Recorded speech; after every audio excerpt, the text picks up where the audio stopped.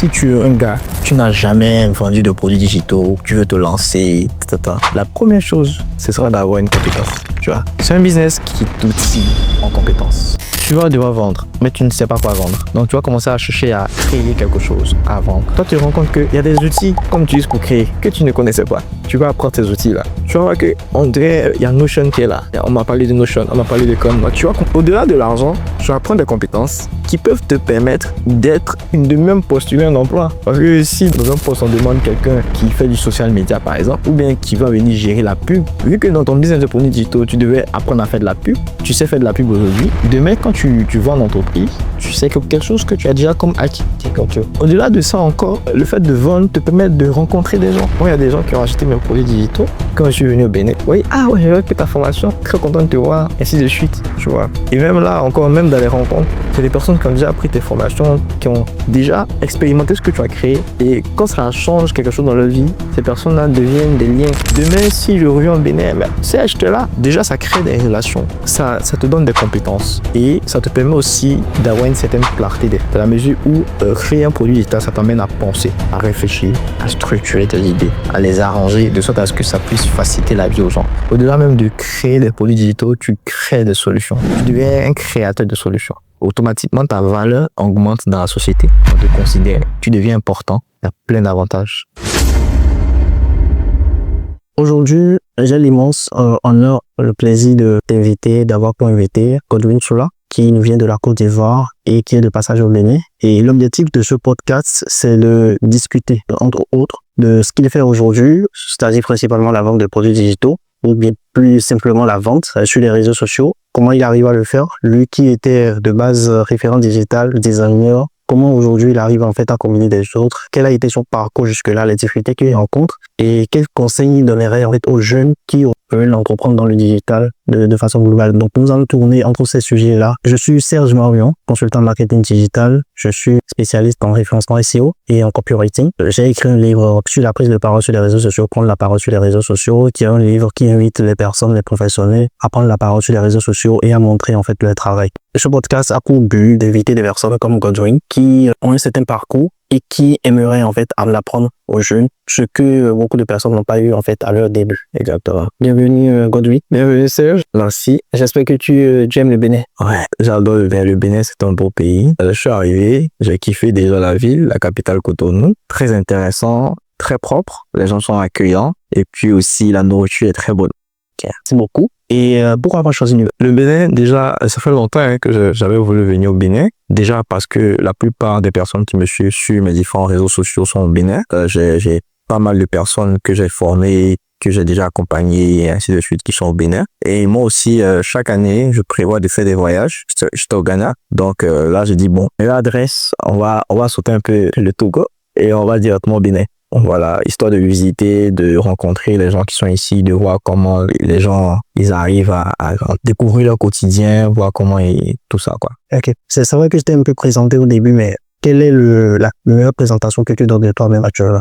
Pour ceux qui me découvrent pour la première fois, moi c'est Godwin Sola. Je suis spécialiste en marketing digital. Pour voir que durant ma carrière, j'ai vraiment touché chaque domaine du digital, que ce soit les SEO, que ce soit les sites web, que ce soit la publicité, ads, Google Ads, Facebook, j'ai un peu touché à tout. Mais aujourd'hui, je me spécialise plus dans l'acquisition client. Comment mettre en place des stratégies pour pouvoir permettre à certaines entreprises, des entrepreneurs, de facilement transformer des inconnus en clients pour le business. Donc c'est ce que je fais exactement. Très bien. Moi, je t'ai connu sur les réseaux sociaux, je pense, en 2022-2023. Quand j'étais parti à Abidjan en 2022, j'étais pas eu vraiment comme profil en vue à cette époque, mais j'ai vu que tu es très en vue sur les réseaux sociaux notamment. Et moi, je t'ai connu en tant que designer. Quand je t'ai connu, tu faisais principalement du design d'interface.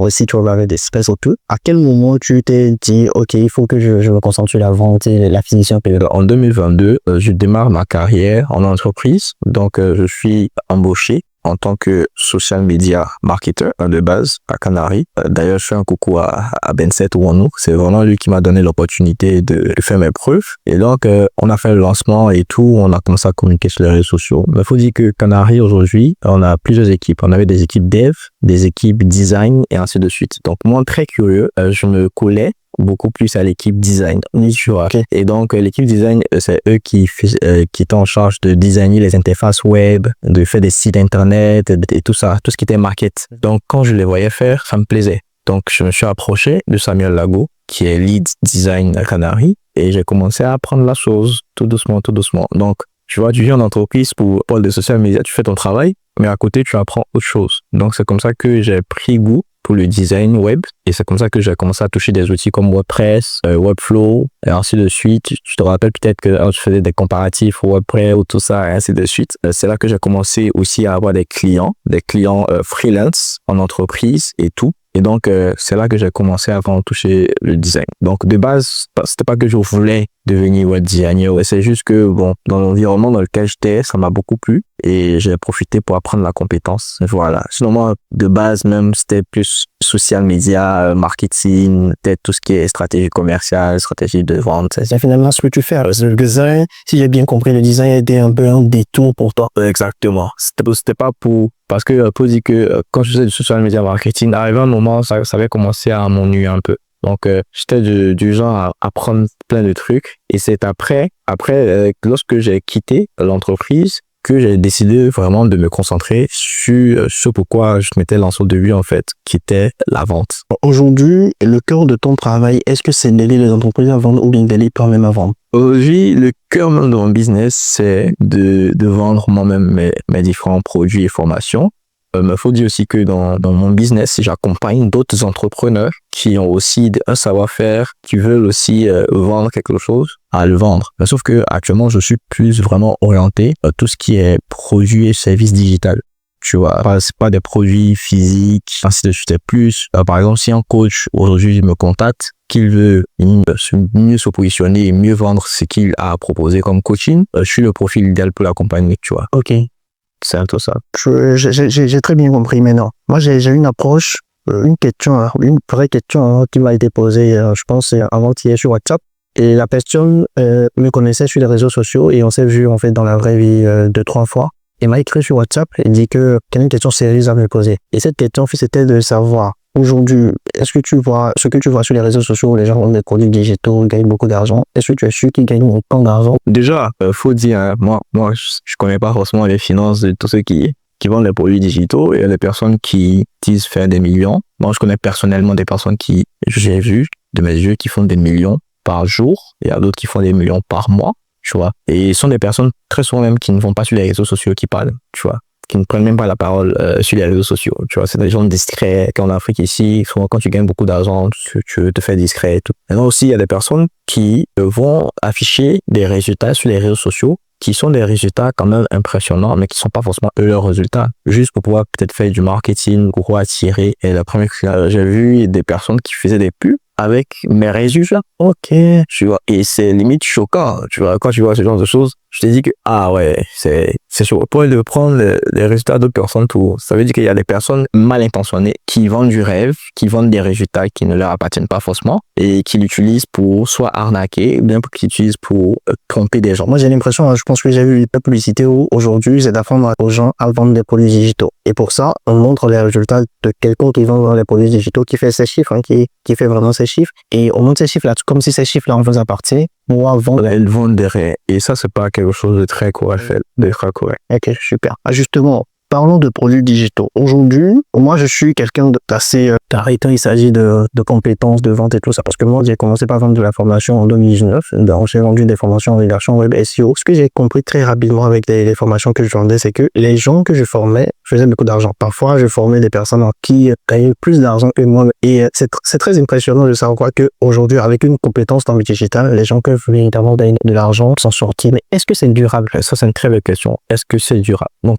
déjà, comment je vois les choses? Déjà, ça va dépendre de la compétence. Faut qu'aujourd'hui, avec l'arrivée de l'intelligence artificielle et l'évolution de la technologie, on se retrouve, on voit des compétences qui existaient, qui commencent à disparaître, des nouvelles compétences qui réapparaissent, et ainsi de suite. Et donc, très souvent, tout va dépendre de ce que tu veux mettre en avant. Si ce que tu mets en avant, par exemple, est une compétence qui peut être remplaçable facilement, dans 2 ans, 3 ans, tu risques de voir ton business disparaître parce que la compétence n'existe plus. C'est pourquoi aujourd'hui, très souvent, je dis aux gens, c'est pas uniquement en termes de compétences que tu peux gagner de l'argent. Il y a aussi le savoir-faire, il y a aussi l'expérience, il y a aussi l'histoire. il y a aussi des astuces, des petits trucs que les gens ont envie de savoir qui peuvent leur rapporter de l'argent. Par exemple, bâtir un business, par exemple, de produits digitaux uniquement sur par la rédaction web, sachant que demain, les IA peuvent écrire, c'est un peu risqué. Mais par contre, il y a quelque chose d'humain, peut-être que tu donnes de bons conseils lorsqu'il s'agit, par exemple, des relations familiales, ou bien lorsqu'il s'agit de la relation conjointe, ou bien tu donnes de très bons conseils d'orientation pour les enfants.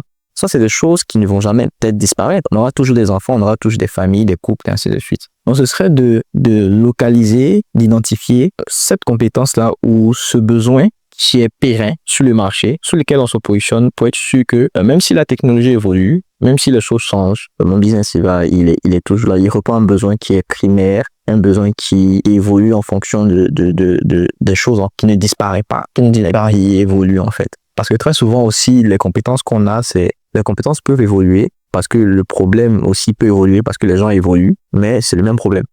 C'est un peu dans ce sens-là que je vois les choses. Moi, à travers, parce que moi, j'ai à la base fait la comptabilité et je me suis retrouvé dans le marketing digital. Et j'ai l'habitude de dire, j'ai pour habitude de dire que le domaine du marketing digital, c'est un peu comme un vaste domaine où il y a à peu près plusieurs portes. Exactement.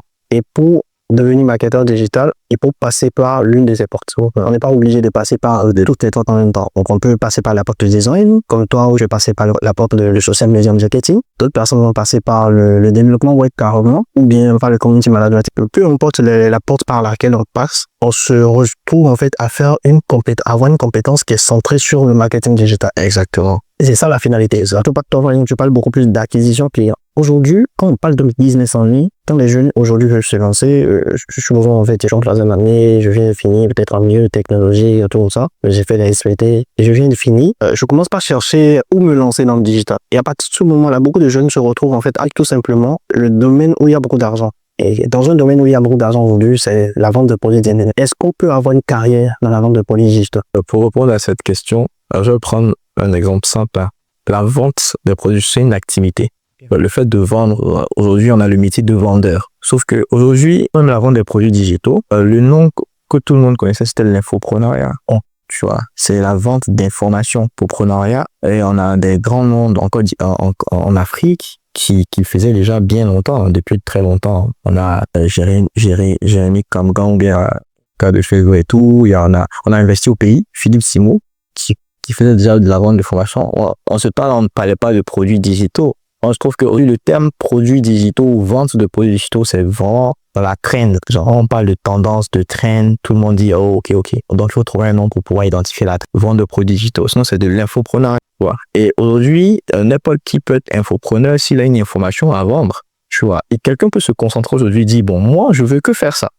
Dans ce cas, on va dire qu'il va se lancer dans une carrière d'infopreneur, qui peut vendre de l'information, monétiser cela. Il y a d'autres personnes qui vont vouloir l'utiliser comme complément de revenu. Ok, donc j'ai déjà mon salaire, je travaille déjà dans un coin comme comptable, mais peut-être que mes petits frères qui quittent l'université, ou bien je connais d'autres personnes qui ont des problèmes, peut-être en comptabilité, ou bien peut-être une nouvelle entreprise qui n'a pas forcément les moyens de prendre un comptable, mais je leur mets à disposition une ressource qui peut leur permettre de faire un minimum de comptabilité personnelle. Donc, je peux me mettre à disposition de ces personnes-là cette formation, cet outil, ce template, peu importe ce que ça va être. Et puis, à côté de mon salaire, je vends et j'ai des compléments de revenus. Sauf que pour pouvoir bien faire cette activité-là, il faudra avoir des compétences en vente, parce que tu vas vendre via l'Internet. Donc, il faut avoir des compétences en pub, en vente, en stratégie d'acquisition, comment tu fais pour attirer des gens sur ton petit truc que tu as créé pour que ça puisse réellement te donner de l'argent, tu vois. Donc, il y a deux catégories. Il y a des personnes qui vont dire, bon, moi, je veux plus être salarié, je veux plus travailler pour quelqu'un, je vais apprendre des choses dingues, je vais mettre ça sous forme de produit et puis je vais concentrer dessus. Et il y a d'autres qui vont dire, bon, moi, je continue de faire ce que je fais, mais sauf que je vais l'utiliser comme complément de revenu. Et donc, ce sera à la personne de faire son choix. Okay. Aujourd'hui, on voit beaucoup de jeunes qui veulent se lancer dans le digital et qui, au lieu de chercher une porte d'entrée qui serait une compétence, vont chercher une porte d'entrée qui serait un business. Moi, je vais faire une différence. Comme tu l'as dit, la vente de produits digitaux, c'est une activité. Donc, ce n'est pas une compétence en réalité. C'est vrai que pour vendre des produits digitaux, il faut avoir des compétences en vente. Exactement. Mais ce n'est pas une compétence. Est-ce que tu conseillerais à un jeune qui vient d'avoir sa licence, qui n'est pas dans le digital, d'emprunter une carrière dans la vente de produits digitaux? Il y a des gens qui ont commencé à regarder. Non, mais je recommande pas. Parce que le truc, c'est quoi? C'est qu'on tombe souvent dans le piège de je suis trop pressé. Qu'il ne faut pas vouloir mettre en place juste un business pour un moment.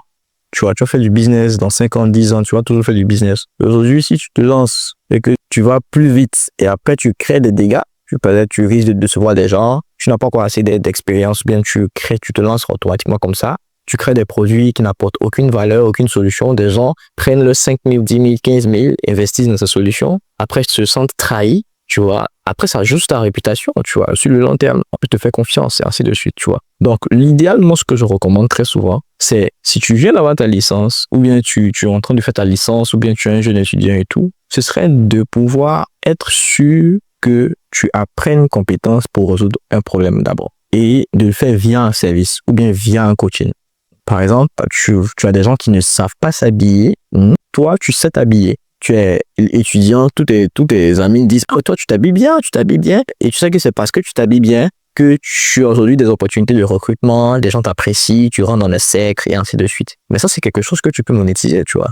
T'es pas obligé de forcément le coup de SVT là que tu as fait, tu vois. Mais c'est un petit truc que tu as en plus de ce que tu as fait à l'école que tu peux monétiser. Tu vois, pas forcément ce que tu as appris, bien ce que tu as sans avoir pratiqué la chose. Sinon, ce serait juste, tu répètes les mêmes informations et puis après, ça n'apporte réellement pas de valeur, tu vois. Faut être sûr que ce que tu vas lancer crée une transformation dans la vie de quelqu'un. Donc, en gros, moi, c'est ce que j'ai compris du principe de forme de formation. Parce que moi, par exemple, quand j'ai lancé ma formation en rédaction pour la première fois, en 2016, j'avais déjà commencé la rédaction, oui. C'est en 2019 que j'ai rencontré en fait un monsieur. C'était dans un programme qu'il avait avec la rédaction. Et monsieur, je demandais qu'est-ce qu'il allait faire de ces heures perdues dans la maison ou à gagner de l'argent. Donc moi, je lui disais que, comme aujourd'hui, dans ce programme, tu as la connexion Internet et tu as un ordinateur, pourquoi ne pas commencer par écrire des tests et gagner de l'argent? Il a dit, comment c'est possible et tout. Je lui ai montré quelques sites sur lesquels moi je travaillais et il a dit que c'était intéressant. Et donc, nous sommes dans mes rendez-vous et pendant cette brève séance-là, j'ai pu en fait expliquer ce qu'est été la rédaction, ouais, et tout ça. Et donc, il s'est fait que dans cette période-là, moi aussi, je cherchais des activités à faire de gauche à droite. Donc, je me suis dit, ce serait bien de lancer une formation en rédaction exactement. Donc, quand j'ai lancé la formation, surprise, il y avait eu une inscrite qui avait payé. Je me suis dit, donc ça, le mesure existe et il y avait en fait quelque chose à faire. Et donc, celui de commencer par vendre en premier, c'était pas la formation, c'était la transformation que pouvait exacter en fait la rédaction. Ouais. Et donc, l'autre chose aussi que j'ai compris, c'est quoi? Si je prends l'étudiant qui a fait peut-être la FAST et en 3e année et tout, et qui a réussi à se convertir dans le marketing digital. Je pense que cet étudiant-là peut réussir à vendre un produit digital qui concerne comment réussir sa transformation, sa transition, sa transition de métier classique, métier dans le digital, un produit digital. En gros, un produit digital, c'est un produit qui résout un problème que soi-même on a déjà peut-être résolu. Exactement. Ou bien qu'on connaît en fait les clés pour pouvoir. Exactement. En gros, c'est ça. Il doit pas avoir la notion de transformation. Okay. S'il n'y a pas de transformation, à la suite, ça ne sert à rien. Et puis, les gens vont tout être là avec eux. Ok, super. L'autre chose aussi laquelle je voulais en fait te questionner, c'est aujourd'hui, est-ce qu'il faut abandonner les études ou c'est autre chose? Comme la question, parce que pour ceux qui me suivent déjà, ils savent mon parcours. Moi, après le bac, c'est pas parce que je voulais abandonner les études, c'est parce que les parents n'avaient pas forcément les moyens. Et puis aussi, moi-même, j'étais désorienté, je savais pas ce que je voulais exactement faire. Mais après, mon père, il m'a toujours dit, mon père, et ça c'est quelque chose que je n'oublierai jamais. Mon père m'a toujours dit, c'est pas parce que tu ne vas pas à l'école que tu vas pas apprendre. Ok, ce n'est pas parce que tu ne feras pas que tu ne vas pas apprendre. C'est important. L'école, les 4 murs là, c'est pas le seul endroit où on apprend des choses. Enfin, tu vas apprendre plein de trucs. Il y a des personnes, et lui-même, prenez exemple sur lui. Mon papa, c'est pas qu'il allait très loin à l'école, mais il arrivait à subvenir aux besoins de la famille. On arrivait, on mangeait, on était bien logé, on n'avait aucun problème parce qu'il savait faire quelque chose de ses 10 doigts. Il savait faire un métier. Et c'est ce que mon papa a toujours véhiculé comme valeur. C'est, même si tu ne vas pas à l'école, ça ne veut pas dire que tu ne dois pas apprendre. Donc, très tôt, après le bac, là, la période où on devait aller à l'université, j'ai fait semblant d'être inscrit à l'université de Cocody et tout. Mais ce message-là me travaillait. Et donc, je cherchais toujours une occasion d'apprendre. Okay? Donc, c'est pourquoi je cherchais des petites formations, des opportunités pour apprendre quelque chose, savoir faire quelque chose. Même si c'était pas à l'école. Et même ce que je voulais faire, après, même ce que j'ai découvert, ce que je voulais faire, c'était même pas possible de faire ça à l'école classique. Tu vois, il n'y avait pas de cursus pour ça. Il n'y avait pas de filière pour ça. S'il y avait des filières en communication peut-être, mais c'était vraiment très général, très vague. Tu vois, pas spécialement sur le digital ou bien un truc comme ça. Donc, moi, je dis, je m'inscris que dans des programmes avec des certifications. Donc, à ce jour, j'ai plein de certifications que j'ai déjà passées. Et ces certifications vont attester que j'ai la compétence, je sais ce que je fais, je maîtrise ce que je fais. Mais moi, un jeune, je ne dirais pas d'abandonner l'école. L'école, c'est très important parce que là-bas, tu apprends à réfléchir, tu apprends à analyser, tu apprends à développer, à raisonner et ainsi de suite. Pas de trucs. Tu te fais un réseau également. D'accord, ça, c'est quelque chose de très important. Et moi, vu que j'ai pas eu cette opportunité-là de faire entre quatre murs, dans un bâtiment, dans un établissement et tout, moi, je l'ai fait sur Internet. YouTube, c'était mon école. La formation en ligne, tout ça, c'était mon école. C'est ce que j'utilisais pour apprendre. Et c'est comme ça que j'ai appris toutes les compétences que j'ai aujourd'hui via YouTube, via des formations en ligne. Et aujourd'hui, c'est encore génial. Tu as des formateurs même plus dangereux que les professeurs à l'université, hein, qui vont faire des formations en ligne gratuitement. Tu vois, et tu apprends de ces personnes-là. Pour moi, je ne recommande pas à quelqu'un de quitter l'école. Mais si tu es à l'école, faut apprendre quelque chose à côté. Parce que ce qui est à l'école, là, va pas suffire. Il y a quelque chose, en fait, que j'ai remarqué chez toi. Parce que quand je t'ai connu sur les réseaux, il faut dire que tu prends la parole très souvent sur les réseaux sociaux. Mais il y a quelque chose que j'ai remarqué, c'est que il y a une certaine authenticité dans ce que tu fais. C'est-à-dire, il n'y a pas vraiment il y a très peu de filtres. J'ai fait des contenus de toi où tu es à l'église, tu danses, tu fais des vidéos directement et tout. Et aussi, ça s'est complété d'avoir façon de partager de la connaissance. Parce que quand on voit ta chaîne YouTube, on a remarqué que, moi j'ai remarqué, tu documentes en fait ton parcours. Tu as vraiment pris l'habitude de documenter ton parcours. Comment on arrive à faire trouver cet équilibre-là entre ce que je fais, je montre, et ce côté tennis qui fait qu'on n'arrive pas à faire la chose, j'ai pas de micro, j'ai pas de caméra, comment tu arrives en fait à gérer cet équilibre? Exactement. Moi, je dirais plus que c'est vraiment une grâce, hein. C'est une grâce de Dieu. Moi, très tôt depuis que je suis à l'université, hein, quand je me suis inscrit à l'université, même si j'étais pas inscrit, donc j'ai dit ça comme ça. Mais quand je vais à l'université, j'avais remarqué que en classe, moi, j'ai fait le bac C, bac scientifique. Donc, quand le temps arrivé en amphi, il y a des gens qui demandaient, parce il y a des amis qui disent, lui, il a fait bac C, il est fort en maths, il est fort en maths. Donc, tout le monde venait, il faut m'expliquer ci, il faut m'expliquer ça. Et c'est là-bas que j'ai compris que le fait de partager les connaissances pouvait aider beaucoup de personnes, tu vois. Moi, au lycée, nous n'avait pas appris ce sens du partage-là. Moi, au lycée, j'étais genre, fallait être le premier, il y a le dernier, faut t'arranger, tu vois. Et puis, tu pouvais pas forcément partager parce qu'il y avait une rivalité, tu vois, qui fait que on cache aux voisins, on veut pas montrer, et ainsi de suite, tu vois. Et donc, quand j'arrive à l'université, je vois que, bon, les gens ont vraiment besoin d'aide. Et quand j'ai commencé à expliquer les différents exercices, je remarquais que je comprenais mieux les exercices après avoir expliqué. C'est là que le déclic a vraiment commencé. Chaque fois que j'expliquais un truc que j'apprenais, je comprenais 2-3 fois mieux, tu vois. Donc, c'est rentré dans mes habitudes. J'ai commencé à dire, bon, si je peux pas partager ça en amphi, et ça peut-être sur les réseaux sociaux. Donc, chaque fois que j'apprenais un truc que sur mon compte Instagram, peut-être que je supprimé tout maintenant, mais avant, tout ce que j'apprenais sur la blockchain, bien temps, j'apprenais des choses sur la crypto-monnaie, je partageais. Quand j'ai commencé le marketing du réseau, parce que moi aussi, avant, j'ai fait du marketing du réseau, je venais, je disais, oui, voici ça, voici comment ça fonctionne, En fait, j'étais le gars qui partageait seulement.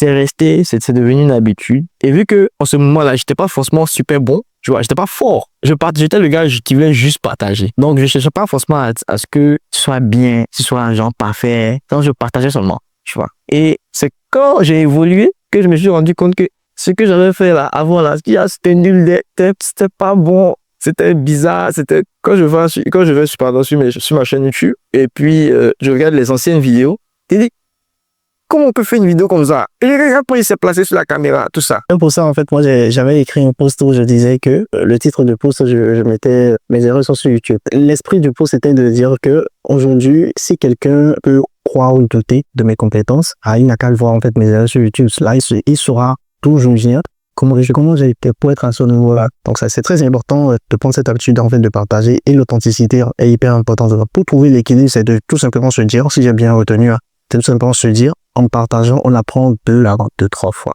Et c'est la meilleure façon de pouvoir maîtriser quelque chose, en fait. Ça, c'est superment ça. C'est une générosité énorme des taux. Quand tu es généreux, ça te revient forcément. Exactement. C'est super. Justement, dans ton développement, tu as la raison de rivalité.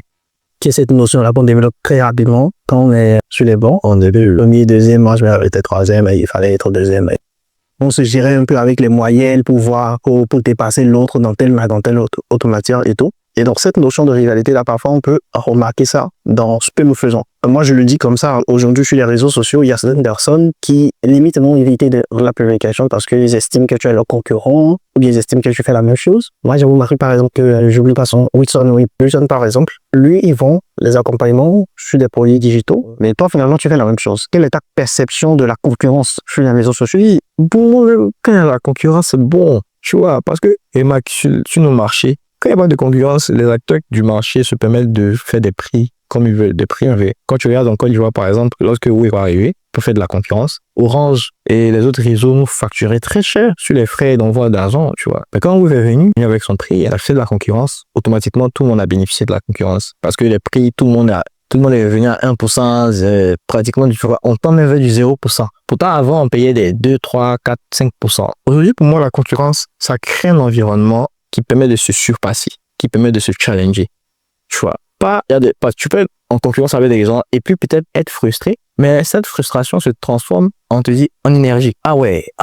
Moi, encore souvent, quand je regarde les résultats de 800, je dis, ah ouais, super impressionnant. Tu vois, je dois bosser, tu vois, je dois encore travailler. Pas du genre en mode, comme il y a des résultats impressionnants, oh non, tu vois, ce qu'il fait là, c'est du pipeau, non, ça, qui pense très souvent comme ça n'évolue pas. Tu vois, faut prendre la concurrence comme un élément qui te booste, qui te challenge, qui te pousse à donner toujours le mieux de toi. Parce que c'est mieux même. Parce que là, tu as un modèle. Hein, tu vois, tu as un modèle parce que quand tu es sur un marché concurrentiel, tu as des modèles. Certes, vous êtes en concurrence, mais tu peux t'inspirer pour devenir aussi une meilleure version de toi-même. Tu vois. Et c'est comme ça qu'on évolue. C'est comme ça, aujourd'hui, mon rapport par rapport à la concurrence, c'est clean, quoi. Moi, je parle avec Wilson, on rit, on cause. Pour faire le même business, mais on rit, on cause, on s'entend bien. Il y a plein de personnes qui sont dans le même business que moi, mais on n'a jamais eu de rapport tendu. Oh, je t'ai vu la dernière fois, tu as lancé, j'ai eu la prise de parole sur les réseaux sociaux. Les 100 posts là, tu vois, ça crée des...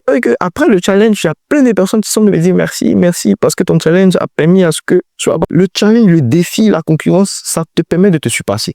Faut pas prendre ça comme un truc où les gens te marchent là-dessus. Non. Ça te permet de te surpasser. Il y a un proverbe chez nous qui dit, c'est enfant, je vais traduire ça en français, qui dit en gros que le ciel est suffisamment vaste et tout le monde peut monter, quoi. Ouais. C'est pas que quelqu'un monte que ça va t'empêcher à toi de monter. Il y a aussi, en fait, un enseignement que je tire de Seth Godin qui dit que le meilleur endroit pour vendre un livre, c'est dans une librairie. C'est-à-dire quoi? Pour vendre un livre, tu ne vas pas mettre ça dans une boucherie. Parce que là-bas, les livres ne se vendent pas. Les livres se vendent qu'en étant en concurrence avec d'autres autres. Donc, la concurrence crée finalement, en fait, une sorte de marché. Exactement. Favorise la vente. Merci. Bon, s'il n'y a pas de concurrence, c'est un peu comme si ton produit est... Personne ne va s'intéresser à ça. Comme il y a de la concurrence, ça passe vite, ça change de l'attention, ça attire l'attention, ça fait le marché. C'est très bien, c'est un très bel enseignement. Je vais poser dans les 2 dernières questions. L'autre question que j'aimerais poser, c'est aujourd'hui, la vente de produits digitaux, clairement, c'est une opportunité. Très belle opportunité qui permet à n'importe qui. Et avec la plateforme Chariot, à qui je fais un make-up, c'est tellement facile. Tu n'as plus besoin de gérer, en fait, le système de financement et de paiement. Tout, tu as juste de gérer, en fait. Il y a un dashboard où tout est centralisé. Tu peux tout faire. Tu peux même envoyer des mails, des séquences de mails. Tu peux créer. Il y a tellement de choses que tu peux faire recharger aujourd'hui. Donc ça facilite vraiment la tâche aux gens. Ça permet également à ce que beaucoup de personnes aujourd'hui s'intéressent un peu à Canva, aux outils des designs, ils vont vendre des produits digitaux. Tu crées le design, tu dois faire le copywriting, tu fais de la publicité et tout. Exactement. Aujourd'hui, quelles sont les opportunités qui sont dans la vente de produits digitaux qui ne sont pas de l'argent? Moi, c'est ce que je voudrais que tu... Si je deviens vendeur de produits digitaux, qu'est-ce que je gagne autre que l'argent? Mais ça, c'est une très belle question. C'est-à-dire que là, maintenant, si tu es un gars, tu n'as jamais vendu de produits digitaux, tu veux te lancer, etc. La première chose, le premier obstacle, ce sera d'avoir une compétence. Tu vois, c'est un business qui t'outille en compétences. Tu vois, tu vas devoir vendre, mais tu ne sais pas quoi vendre. Donc, tu vas commencer à chercher à créer quelque chose à vendre. Et quand tu te rends compte qu'il y a des outils qu'on utilise pour créer que tu ne connaissais pas, tu vas apprendre ces outils-là. Tu vas voir que, on dirait, il y a Notion qui est là. On m'a parlé de Notion, on m'a parlé de Canva. Tu vois, au-delà de l'argent, tu vas apprendre des compétences qui peuvent te permettre de même postuler un emploi. Oui, tu vois. Parce que si dans un poste, on demande quelqu'un qui fait du social media, par exemple, ou bien qui va venir gérer la pub, vu que dans ton business de produits digitaux, tu devais apprendre à faire de la pub, tu sais faire de la pub aujourd'hui. Demain, quand tu vends en entreprise, tu sais que quelque chose que tu as déjà comme acquis. Au-delà de ça encore, le fait de vendre te permet de rencontrer des gens. Moi, il y a des gens qui ont acheté mes produits digitaux quand je suis venu au Bénin. Oui, ouais, j'ai fait ta formation, très content de te voir, ainsi de suite. Tu vois. Et même là, encore, même dans les rencontres, c'est des personnes qui ont déjà pris tes formations, qui ont déjà expérimenté ce que tu as créé. Et quand ça change quelque chose dans leur vie, ces personnes-là deviennent des liens. Demain, si je reviens au Bénin, c'est là. Déjà, ça crée des relations, ça te donne des compétences. Et ça te permet aussi d'avoir une certaine clarté derrière. Dans la mesure où créer un produit digital, ça t'amène à penser, à réfléchir, à structurer tes idées, à les arranger de sorte à ce que ça puisse faciliter la vie aux gens. Au-delà même de créer des produits digitaux, tu crées des solutions. Tu deviens un créateur de solutions. automatiquement, ta valeur augmente dans la société. On te considère, tu deviens important. Tu as plein d'avantages à créer un produit digital. Ah, c'est super. Comme ça, on ne voit pas souvent ça. Parce que moi, aujourd'hui, j'ai eu la chance de... Déjà, je vendais déjà des formations, donc je sais pas quelque chose qui est complètement nouveau pour moi, mais j'ai vendu des e-books. J'ai pris en fait ton information, que j'ai trouvé très, très intéressant d'ailleurs. Parce que je m'intéresse un peu à tout ce qui est nouveauté. C'est la meilleure façon pour moi de rester à la page. Je suis exagérant, parce que on n'est pas rapidement passé à la grille. Pour rester en fait à la page, voir en fait de nouvelles façons de faire les choses. Donc, j'ai pris ta formation.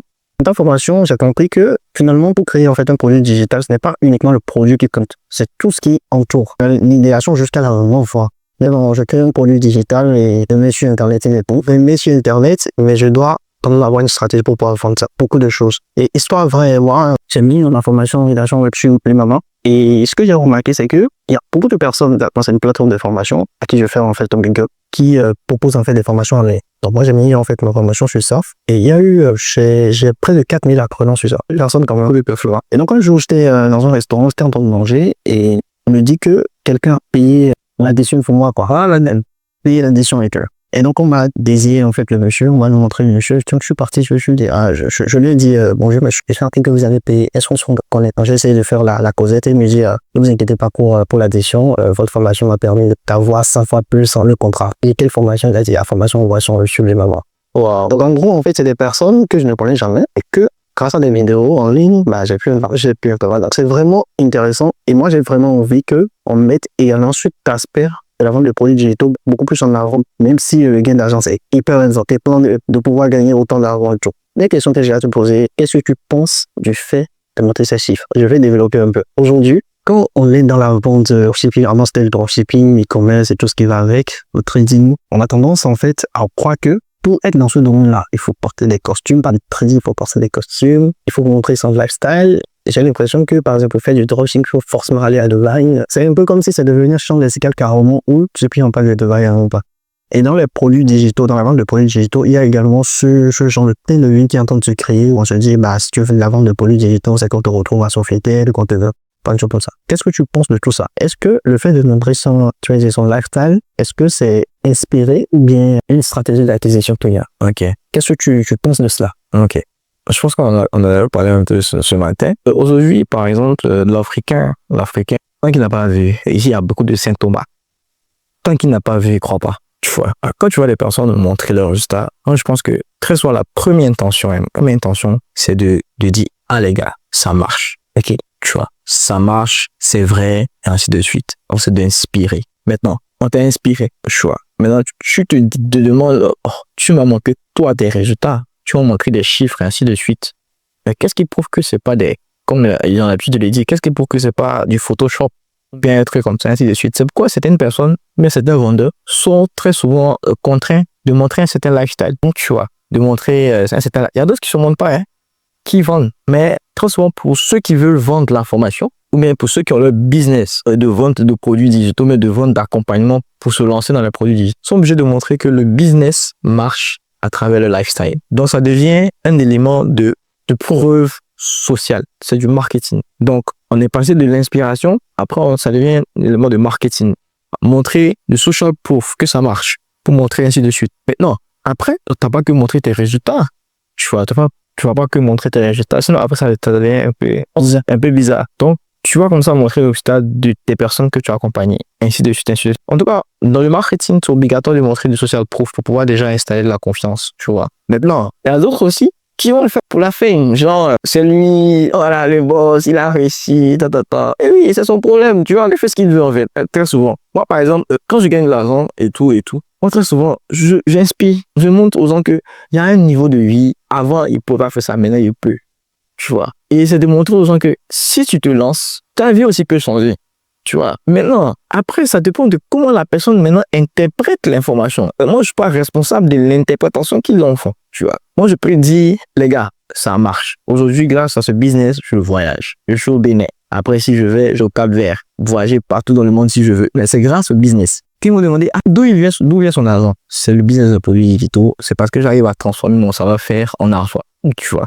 Et si tu es intéressé, que tu veux te lancer, bon, je peux t'aider aussi parce que c'est un business. Tu vois. Mais sauf que c'est pas ça le cœur de mon business. Moi, le cœur de mon business, c'est que moi, je suis spécialiste en marketing digital et que ce sont mes compétences en marketing digital je monnaie, que je vends.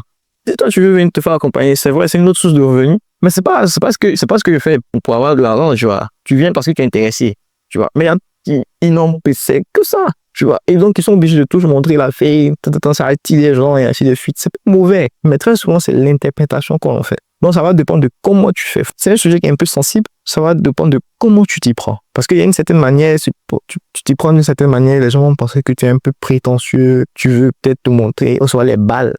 Tu vois, les sociétés de ton village, comme ça, on connaît. On dit, tu peux être arrivé et tout. Mais après, il faut faire ça d'une manière. Moi, par exemple, là, à part dans mes vidéos, ou quand je te fais de la démo, image rose. Tu vois, mais j'ai pas facilement mon dashboard aujourd'hui. Ça, c'est avant quand je le faisais, quand j'étais au début.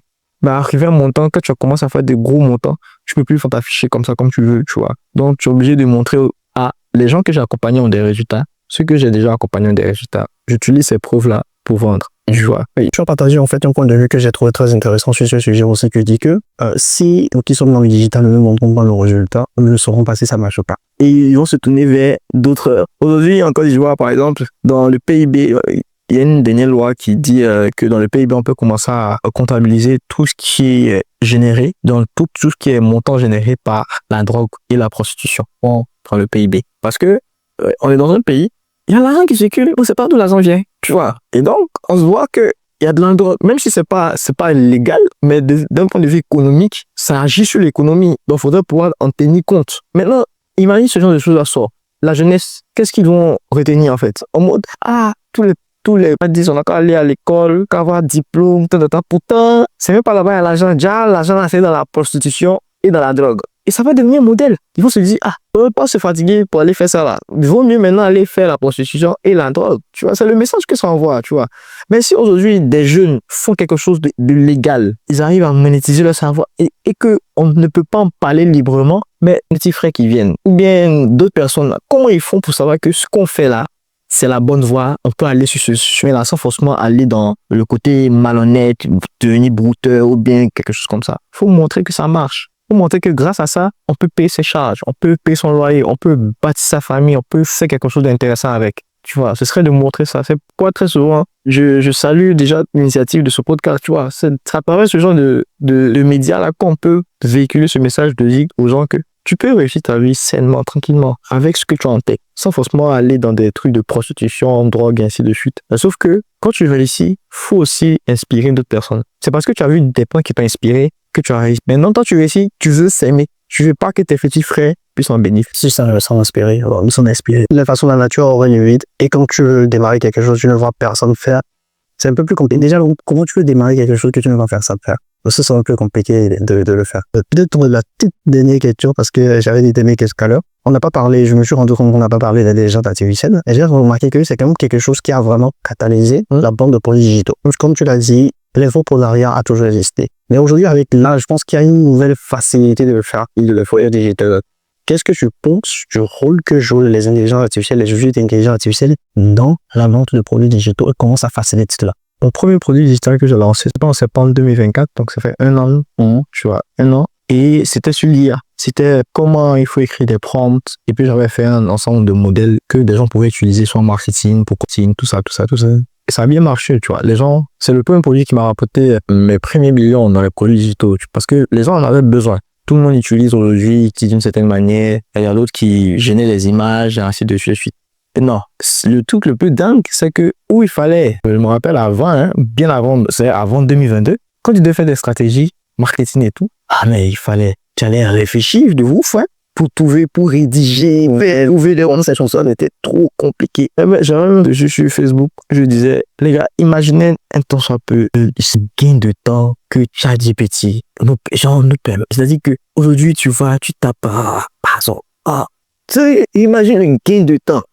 C'est impressionnant, tu vois. Un produit que tu allais lancer, tu allais faire tout, peut-être 6 mois. Tu peux le faire en 1 heure, tu vois. Donc, en termes on sait que le temps, c'est la ressource la plus précieuse pour un homme, le temps. Donc, l'IA vient nous faire gagner du temps sur tout le processus que ce soit au niveau de la création, au niveau de la communication, au niveau de la vente. Les outils qu'on utilise très souvent sont des outils, il y a des outils IA qui peuvent te permettre de prédire, qui peuvent te permettre tu leur donnes ta base de données et ils vont te dire, voici la meilleure cible, voici le meilleur profil, voici, pour pouvoir, même aujourd'hui, Facebook, Meta, les pubs aujourd'hui, alors avant, il fallait vraiment faire beaucoup de paramétrage. Mais aujourd'hui, tu peux lancer une campagne en 2-3 clics et tu es sûr que tu vas vendre parce que c'est tout optimisé avec l'IA. Donc ça s'intègre dans tout ce qu'on fait. Mais après maintenant, toujours est-il que beaucoup de personnes qui ne savent pas encore l'utiliser. On pense que les gens savent l'utiliser, c'est faux. Hein. Moi, je me suis rendu compte lorsque je faisais des formations, tu demandes comment on fait tant personne, je ne sais pas. Vraiment, le pire, c'est qu'aujourd'hui, les gens pensent que ils n'ont pas besoin de faire ça. Ils vont lire il y a des utilisations basiques. Moi, j'ai rencontré un coup, une amie est venue me voir et elle n'arrivait pas forcément en fait à utiliser ChatGPT. Elle n'arrivait pas à avoir les réponses. Donc, ChatGPT hallucinait énormément. Mais quand je me suis intéressé, je viens de partager son écran, je me suis rendu compte que elle utilise une seule conversation pour faire tout. Parce que tout était mélangé. Elle va demander maintenant de faire rejouer le mail. Elle va demander de faire la même discussion. Un truc basique qui lui faisait perdre de l'argent parce qu'elle avait l'abonnement premium. Donc, tu vois, ChatGPT ne comprend pas parce que tu ne il te faut la chose, il comprend. Il ne veut pas comprendre, tu vois. Donc, quand je lui ai dit de tout ça, utilise plusieurs conversations pour faire chaque chose. Chaque fois que tu veux faire quelque chose et tu aimes cette conversation pour faire la chose, ça a changé que les plus façons de me faire au lieu de finir allègrement et là, tu vas faire de belles choses avec ça. Donc, le problème des gens aujourd'hui, c'est que l'IA est tellement facile, l'IA même peut t'apprendre à l'utiliser. C'est tellement facile que les gens se disent, j'ai pas besoin de formation à ça. Mais c'est justement cette facilité-là qui fait qu'on a besoin de formation pour savoir comment les personnes comportent.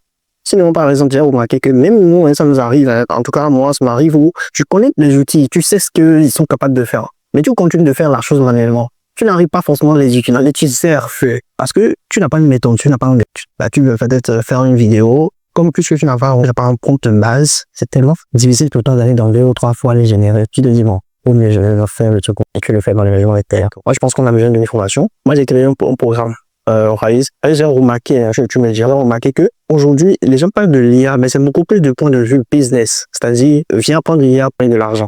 Mais il y a le point de vue compétence, le point de vue productivité aussi qui est là. C'est-à-dire, par exemple, quand je prends un dirigeant qui est dans son bureau, lui n'a pas besoin d'apprendre l'IA pour gagner de l'argent. Il a besoin d'apprendre l'IA productif dans son browser, tu vois. Et donc, c'est pour ça que moi, j'ai créé un programme qui est basé sur 4 éléments qui permet aux dirigeants aussi, aux personnes âgées, de pouvoir utiliser l'IA de façon concrète dans leur travail. Donc, aujourd'hui, je te dis merci beaucoup. On va s'engager tout cela avec nous. C'est vraiment riche. Je pense que les questions étaient percutantes, mais les réponses surtout ont été très intéressantes. Et j'ai vraiment beaucoup appris. J'espère que vous aussi, vous allez apprendre en fait en suivant ce podcast. Et c'est l'objectif. Je voudrais que tu me fasses un mot de fin. Un mot de fin par rapport à tout ce qui a été dit. Donc, merci pour mon livre. Prends la parole sur les réseaux sociaux. Je voyais ça sur Facebook et tout. Je me dis, dès que j'arrive au Bénin, c'est moi qui est parti en Côte d'Ivoire. Donc, déjà, mot de fin. Je pense dans tous les podcasts dans lesquels je passe et tout, c'est l'action.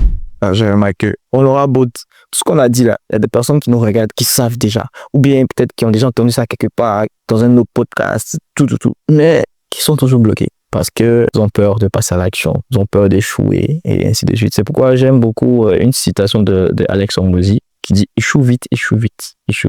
Faut échouer vite. Comme ça, tu gagnes du temps pour échouer très vite. Parce que si tu as peur de l'échec, tu as peur de te tromper, tu ne passes jamais à l'action, tu ne pourras jamais savoir si ce que tu fais est bon ou pas, ou bien toi. Faut vite échouer, faut vite se lancer, faut arrêter de chercher le bon moment. Non, j'ai pas encore l'outil, non, j'ai pas encore le temps, non, j'ai pas encore ci, j'ai pas encore ça. Tu n'as jamais encore quelque chose. Faut arrêter. Voilà. Donc, toi qui me regarde, faut passer à l'action, faut bouger, faut casser les codes, faut casser les lignes, faut se donner la permission de se tromper. C'est pas mauvais de se tromper, c'est pas mauvais de mal faire, tu vois. Ça fait toujours du bien de savoir que, donc c'était pas comme ça, hein. Ok, donc je fais plus ça demain. Demain, je vais tester une autre méthode. C'est pas comme ça, jusqu'à ce que tu trouves le bon truc. Et puis, dès ce moment-là, le déclic commence, tu vois. Donc, merci encore au Bénin et merci pour l'accueil très chaleureux. Je suis très content d'avoir visité le pays, la ville et tout. Et puis, pour ceux aussi qui veulent me suivre sur mes différents réseaux sociaux, c'est Godwin Sola sur YouTube, Facebook. Je suis très actif sur Facebook, très actif aussi sur YouTube. Je fais des formations gratuites, des formations totalement gratuites sur ma chaîne YouTube. montrer aux gens que même avec le gratuit, tu peux te lancer, et puis commencer à avoir des résultats, quoi. Moi, j'ai déjà eu besoin des choses, je suis parti pour voir pour les intégrations de éléments dans votre c'est un honneur. Et c'est toujours ça, en fait, c'est le partage d'expérience. Le partage d'expérience, c'est quelque chose, en fait, qui nous enrichit. Et c'est pour cet objectif-là que ce podcast existe. C'est pour vous apprendre, vous faire découvrir, vous inspirer. Donc, si vous avez aimé tout ce que vous avez suivi, abonnez à la chaîne et prochainement, vous allez penser quelque chose en suivant, en fait, le podcast. À bientôt.